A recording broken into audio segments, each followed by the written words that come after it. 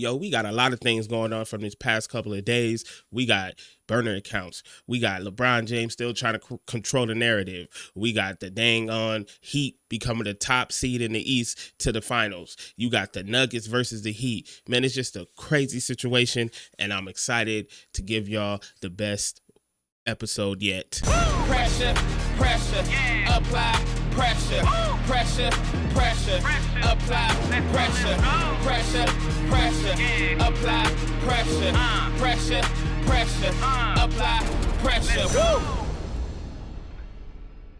What's up, everybody? Welcome to the Too Small to Ball podcast. Yes, this is a podcast where we talk about everything NBA basketball. And you got the rumors, you got the news, you got the whatever you like. I'm here to try to give it to y'all. Just try to give my takes and my opinions on any kind of topic related to the NBA. And right now, we got some NBA news. Somebody please tell me why LeBron James, with all due respect, still trying to... See, it's funny because I sit here and I think, and I've been thinking about it for a couple of days until he retweeted or reposted or whatever he did on his IG about the whole Jay-Z quote, how everybody was like, he's gonna retire, and he's just like poking at it. He keeps poking at it, and it comes to a point in time when you believe this man is actually knowing what he's doing. And I keep trying to tell people he knows exactly what he's doing.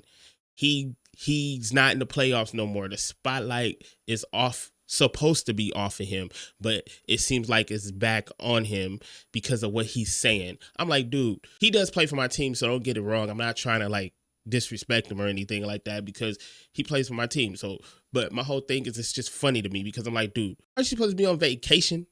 Enjoy your vacation. Go, I don't know, don't you? He's supposed to have like some surgery with his ankle. He's supposed to go handle that, and be ready for next year. Because we know you're not retiring. Like, you could stop all the capping and every IG post, let's see what happens when I'm no longer exist, quote from Jay-Z, who is my favorite rapper. So you could just stop all that. We all know you just... And it's funny because the media just keeps playing into this man's like whole plan. Like he has like a master plan, and they just keep playing into it. It's like, oh, now what does this mean? Does this mean he's really going to retire? At this point, I just believe there's media out there just really trying to just have a story to talk about at this point, because we all know what he said. I said this several times before, and you can go look back on your own and look up what he has said in the past about his whole retirement. The dude said he wants to play with his son before he retires. His son just got picked up by USC Trojans, which is my other favorite basketball team. Yes, so what? Who cares? Whatever. He just got picked up by them, and it's pretty obvious he has to play a whole year before he can be eligible for the draft. So for LeBron to even come back and tell us back in the All-Star time, he was like, I do see myself, playing with my son before I retire, blah, blah, blah, blah, blah, whatever he actually really said. But what people took from it was his plan is to play with his son. And some even hinted at the fact that he might even want to play with both of his sons. But I don't see that happen. That's like 5 more years for Bryce to come out. I believe he's going into the 9th grade or some crazy thing like that. That's like 5 more years for him to come out. So if Father Time let LeBron play that long, I guess, I mean, if there's anybody else that's out there that can do it, it would be him, I would assume. But we gonna just stop playing with people and playing with their emotions, because the media is looking for something to just grab onto and really stretch out and really like bring up and point out like it's really that important. There's other few things that's super important. Like, we didn't even discuss the whole Ja Morant situation, for instance, about how he even posted his whole family on his IG. Real quick. Let's rewind this just for y'all, just for those who don't know what's happened with Ja Morant. The man done got caught with another gun video. He didn't record it. His homie did that was driving.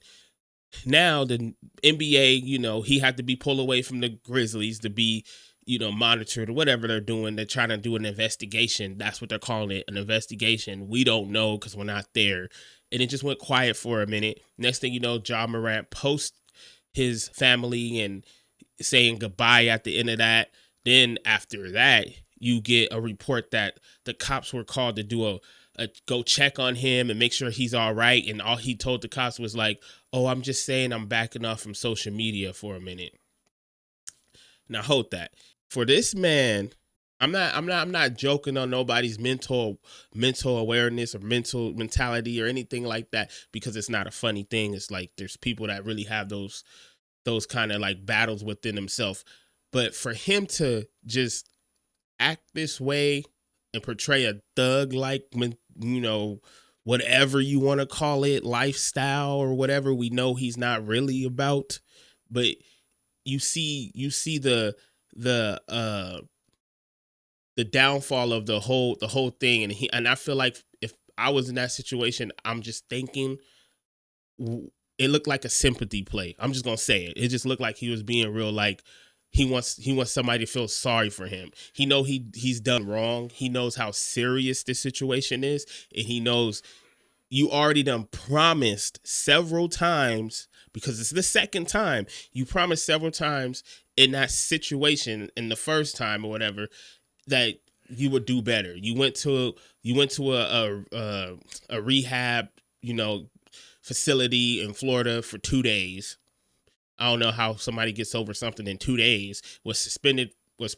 We can't say suspended, but we know what happened. He was away from the team for 8 games, and he was able to come back for the first playoff game. That's what got me. I knew there was something involved when that happened. I was like, they did this so he could show up by game 1. Going forward to the whole current situation he's in, they did a whole check on him, and he told him, oh, I'm just backing away from social media, get my mind right, this and that, this and that, this and that. Now, to a lot of people who saw that post, they assumed like, oh, he's going to try to kill himself. And no, we're not making fun of people who have these thoughts. It's just the thing, like, the timing was just off. He got caught doing something wrong. Now he wants people to feel bad for him. And that's just what it looked like. And the fact that the media still was like on LeBron about his retirement over this Ja Morant situation, a guy who is up here, not saying LeBron ain't up here, but he's up here. He can be the next face of the NBA if he don't mess it up. He can be the next face of the NBA. He got endorsements. He got his own shoe. He got his own, like, it's just a lot of stuff he has that he can risk with these simple little mistakes. I call them little because they're dumb. They're not like, thank God he hasn't shot nobody or shot himself, but they're dumb because you're in a situation where you're changing your life and you're possibly changing others, and you can change your children's life, whatever it is, for generations. And this is what you do. And then but the media was still stuck on LeBron James and his retirement plan. We know he not retiring. That's where we just gonna leave that. We know that. On top of that, there was another story that broke out about a referee named Eric Lewis. For you guys don't know who Eric Lewis is, he's a well-known veteran official in the NBA. He refed over 1,000 games, which is a lot. So he's been around. He knows the ins and outs. But it came out that he actually has a burner account. With that burner account, it was defending the officials' cause against the fans who take it to Twitter, And the rules that I learned it's pretty obvious that you can't really be doing that and having that kind of public altercation or opinion about the officiating about during games, because it creates a whole problem. You just see, we all fans of the game. We know how it goes. Oh, that's a foul. That's not a foul. That's how you miss that, how you do that. It can turn something into way deeper. Like, to be honest with y'all, this past season, I have not really seen like anything as bad as this ref calling, regardless if it's my Lakers or the Heat's game or whatever it is. I'm sitting here watching and I'm just like, how is that not a foul? Or how is that a foul? And then you just start to realize a lot of these missed calls, and you're looking around. I had a couple suspicions that, it's some refs around here doing some things they shouldn't be doing before this was reported. I've been, talking about it amongst my peoples, and we was having them conversations just out of just like fan perspective, And it's just funny. It just happens. I think last week, I'm sorry. And it came into over the week. And then what made it really pop was when LeBron James posted his tweet saying this Eric Lewis poop emoji is real. Obviously, when LeBron says something, the league gonna jump. So now the NBA jumped, and now they having a investigation. Dude's been pulled from the playoffs, cannot ref any games right now during the investigation. On top of the whole, now this is the fan that's going to come out of me because he ref that game. The season's over now, but he ref the game that was everybody finally got to see some emotion from LeBron James. Y'all know this man broke down to the floor. He drove to the cup. He felt like he got fouled by Jason Tatum. Yes, it was the Lakers versus the Celtics. I feel like it was an important game. Down the wire, LeBron drives to the cup. He misses it, obviously. He gets fouled. Now they force overtime. Patrick Beverley, he's go get a camera and he brings it to the Eric Lewis. It shows it. As soon as he got to Eric Lewis with the camera, dude gave him a tech right away. Boop. That's where it was left at. And a lot of people questioned that call for a while. Even then, we sit back and we said, like, dang, if that went that way, we could have possibly been in this seed. If this went that way, it was multiple games that came down to that. You can't really fully blame the refs, but it's just a conspiracy suspicion thing going on because Eric Lewis has been reported that he and his family is actually Celtics fans. And that's just like, come on now. At this point, it's really like, I'm not going to say obvious because I don't know what's in his heart or in his mind. But as a fan and you looking at it like, and then this gets reported, it's more like, damn. So was that a dirty, like, non-call or like, well, what's going on here? Like you start thinking like, and you realize it's a lot of NBA players who look at him and probably was like, wait a minute, I remember he did this, that, and that during this game or whatever. And we can go back to all the replays and everything that this man done did and probably see a lot of things, which is why the NBA is investigating. He did ref like over 1,000 games. So we just going to see and hope they don't find nothing too crazy because I already know they're not going to report it like the crazy side. We as fans will have to dig more into it because you got to think about it. Like you really going to go out there and be like, damn, this dude messed up a lot of games. You have players sitting back like questioning things like they could have been in better situations, stuff like that. It's just a sticky situation for the NBA to handle. And I'm waiting patiently as a fan to sit back and like really try to see what comes about between both situations, the Ja Morant situation and the ref situation, because they're both to me very important. I don't want Ja Morant to do something crazy to himself. I just want to know what is the consequences for what he's doing currently. As far as the ref goes, I'm not trying to say I be watching every game he ref or whatever, and I'm judging him by how he's calling games. It's just that one game that stuck out to me personally when this happened. And I'm like, wow, it's a suspicion, man. We just gonna leave it on that. It's very, very suspicious. I don't know how else to put it for y'all. And that's my take on that whole situation. Dude got pulled from the playoffs. Now he's at home sitting. I'm kind of glad he did because you just never know. You just never know how certain games would have turned up. It's my opinion. Y'all don't like it? I don't care. It is what it is. We're going to roll with it. It's probably more than one. We're just going to put it like that. These burner accounts, we know where they started from. It started from Mist. Well, I can say it started from him. It actually got real, like, funny, with KD's accounts. Like he got a few, and we all very aware of his accounts and how he actually defends himself to death. The man defends himself to death. Like KD, why you missed that? Why KD missed that shot? Did somebody cop in their name Timmy John 35 or whatever it is his current jersey number is, and he's gonna put, well, maybe his foot hurt. I don't know. It's just these burner accounts is ridiculous. I wonder if LeBron James got a burner account. I hope not.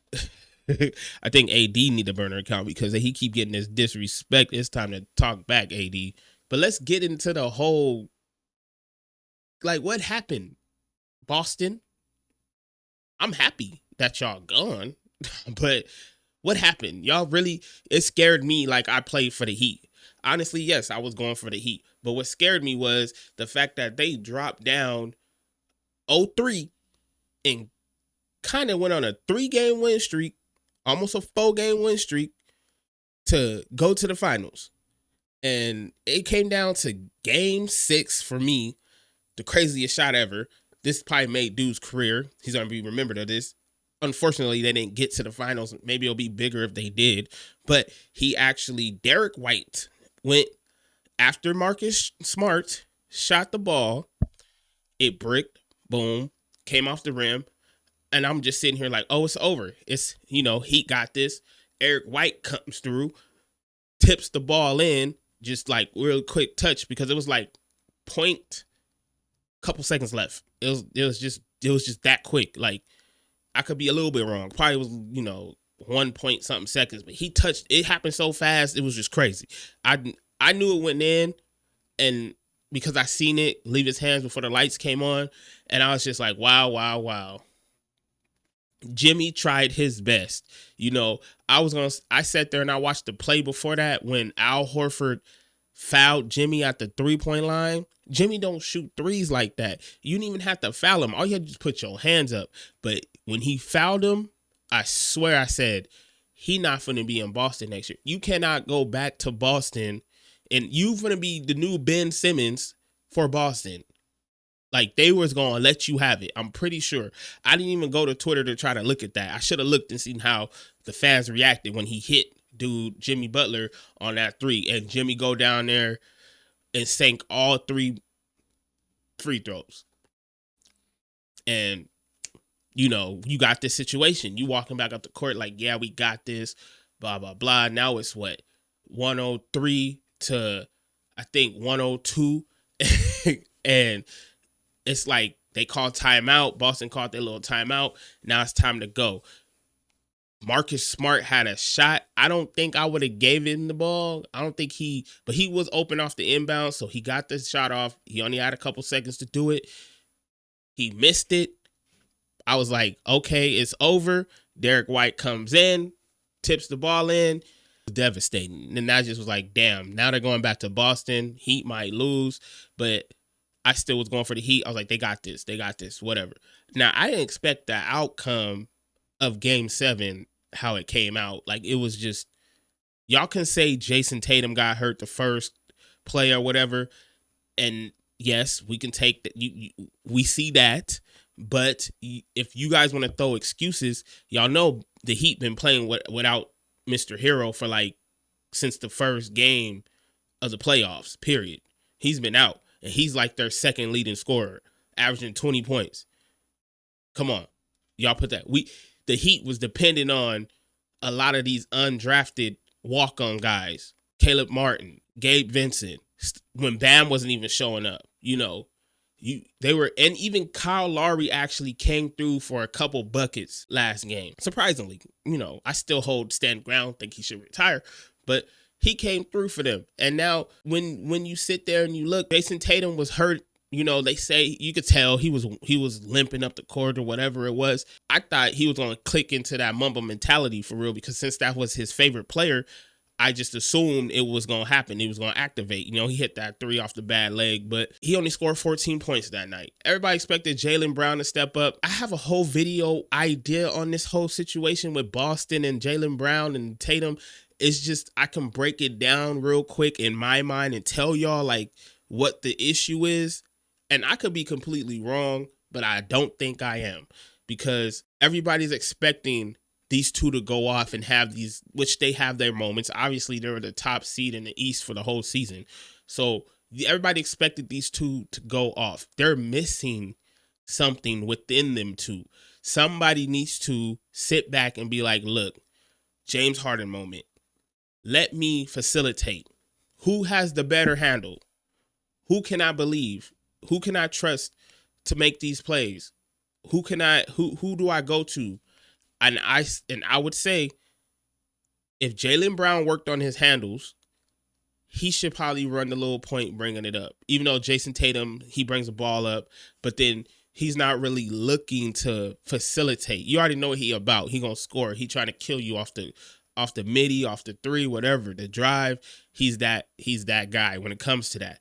So they just need that kind of balance in that particular game 7. It wasn't there. People call it choking. You call it whatever you want. Jason Tatum was hurt, but y'all had a chance. And the game, like, these dudes didn't score for like 2-3 minutes. It was 9-4. Heat was down. The next thing you know, Heat took off, and that's what you get. It's a better team. Eric Spoelstra down there, he's like super coach. That's why I said they'll get it. I told y'all they were going to get it in 6, but technically I should have won that battle because ain't no way in the hell we can predict Derek White coming through and doing that. It was over. I was like, oh, I called it. I was happy until he did that. It ruined my prediction. So I'm still like terrible. I haven't did good in my predictions yet. I think I'm like 5-10. but other than that, like, I'm just sitting there, and as I watched the game, because I watched the whole game, and I realized these dudes got beat. It was 103-84. And in the whole game, yes, it got boring. I was expecting Boston to step on the gas a little more, the crowd to get involved a little more, but it didn't happen. I was just sitting here just waiting, and it didn't happen. So the Heat ended up winning. Boston going home, they going fishing, and we're going to see how these Nuggets versus the Heat go, because now it gets interesting. I can give y'all my predictions, and I'm going to try to give y'all the best smart way, because I do think the Nuggets are going to take game 1. Even though the Heat has proven to be the team, because they came out of play-in, had to play 2 games to get in the playoffs. They went through the first round, the second round, got here to the third round, and took off the top seed team in the East and ended up in the finals. So that's a whole accomplishment within themselves. So whatever happens with the Heat, they got to feel happy. But I'm telling y'all, with all due respect, Butler needs a chip, because his heart is just like, you could tell he loves the game. He's so passionate about the game. Not saying Jokic and them dudes on the Nuggets don't love the game, but Butler is due for a chip. He's been like robbed several times. The man called it last year and said, to the same team they lost, they won this year to, they lost to last year. He sat at the table and said, we'll be back here next year, but we're going to have a different outcome. And he stuck to that word, and they had a different outcome. Now, there's not a lot of guys who can speak on and do what they say they're going to do and actually achieve it and be successful at it, but he did that. So he gets my respect, and that's why I said he deserves a chip. Them boys hopped on his shoulders, and he just went and got, bad game. He had Caleb Martin stepped up, Gabe Vincent stepped up, and still, look, Bam, we don't even know where he went. He was good on defense, but offensively, I don't know. I'm just like, you just don't know. Hopefully he steps up this round, because they gonna need it. They're gonna need everything. I'm not gonna sit here and act like the Heat is like a super talented team, because they have talent, but they're not as talented as the Nuggets have. They have the Jamal Murrays, they have the Jokic, they have the KCPs, they have the Michael Porter Juniors, Aaron Gordon. I'm not trying to be funny, but we just gonna say Aaron Gordon. As far as like the heart and the hustle and the drive and the grit, I think the Heat has that advantage, because the aggressiveness is where it's gonna win. How aggressive are you gonna be? Now, I said the Nuggets gonna take game 1, but I wouldn't be surprised if the Heat punch them in the mouth, because they've been out for like a week and a half. That's all I'm saying. So we're going to see. We're going to see how everything goes. Y'all let me know. So make sure y'all hit that like button, hit that subscribe button, leave a comment. We could talk about it next video. Thank y'all for watching Too Small to Ball podcast. We out. Pressure, yeah. Apply pressure, pressure, apply pressure, yeah. Apply pressure, apply pressure. Woo!